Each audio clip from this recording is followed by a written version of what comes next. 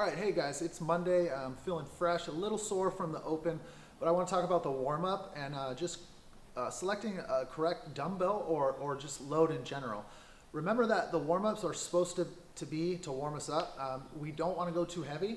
So for today's warm-up, what we're doing is an Arnold press and then an overhead lunge. So I need to think about that overhead lunge, not so much how much I can press up. So today I chose the 25.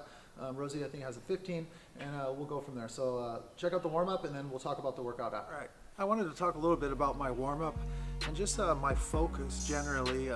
So on the row, I'm really trying to drive my knees out and keep my feet flat as I hinge forward.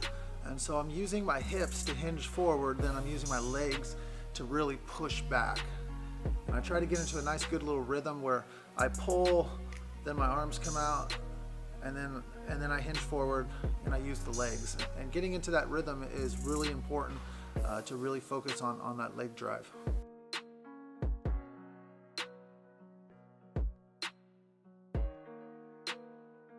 My Arnold press was only 25 pounds, so I really wanted to control the weight, focus on that rotation in the front, and then finishing by my ear with an active shoulder. And for the overhead lunge, again, it's pretty much the same thing as a press. I really just want to focus on pressing up so my elbow stays locked out, my shoulders are nice and tight. The dumbbell is directly over my body. With the lunge, I'm just, all I'm really focused on is striding not too short, so striding far, so I can keep my foot flat, drive through the heel, and keep that chest up. When you lunge, you really need to feel your weight travel down through the quads. For the RDLs, it's really important to have a good hip hinge, and as I'm hip hinging, I'm keeping the weight, the dumbbell, close to my body on the way down, just like I would a deadlift.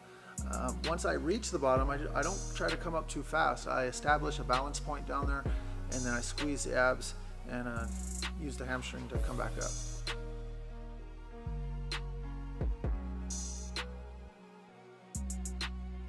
Finally, on the wall sit, again, try to get myself into a good squat position with my hip crease past parallel and my knees driving out.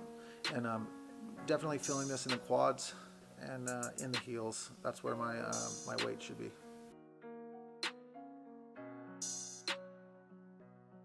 All right, now that we're in the workout, I explained the row pretty thoroughly for the warm-up, and that's essentially what I'm thinking about here, is driving my knees out, staying flat-footed, and really using the legs first before I start using the arms to pull. My handstand push-up is definitely not one of my better lifts, or my better movements, something I don't practice. So my shoulders burnt out pretty fast. I was able to, at one point, make 10 in a row, but that was the most, and so that is definitely a number that I would like to get up. Here I'm really trying to focus on just not slamming my neck down into the mat. I'm really trying to focus on a slow descent, controlling my head down to the mat, and then from there my rhythm of driving my knees down has gotten a lot better. I really try to keep my butt on the wall, so then I can just let the legs travel down.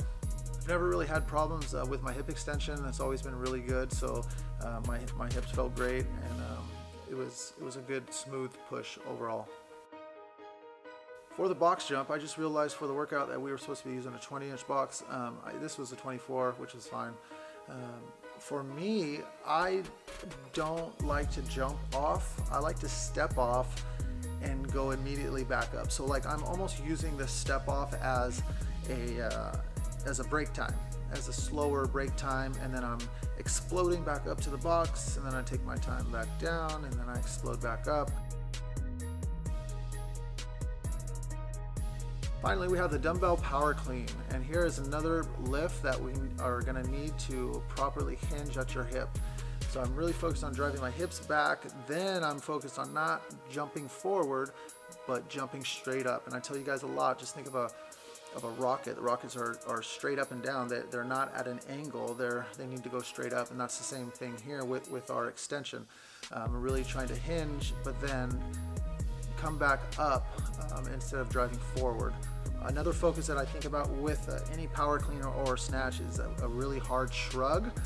It's really going to be legs first, then the shrug, and then and only then does the pull happen. So I'm really not feeling it too much in my forearms. I'm feeling it more in my shoulders and in my legs. For today's class, we finished with an 8-minute stretch, and I really love stretching after class.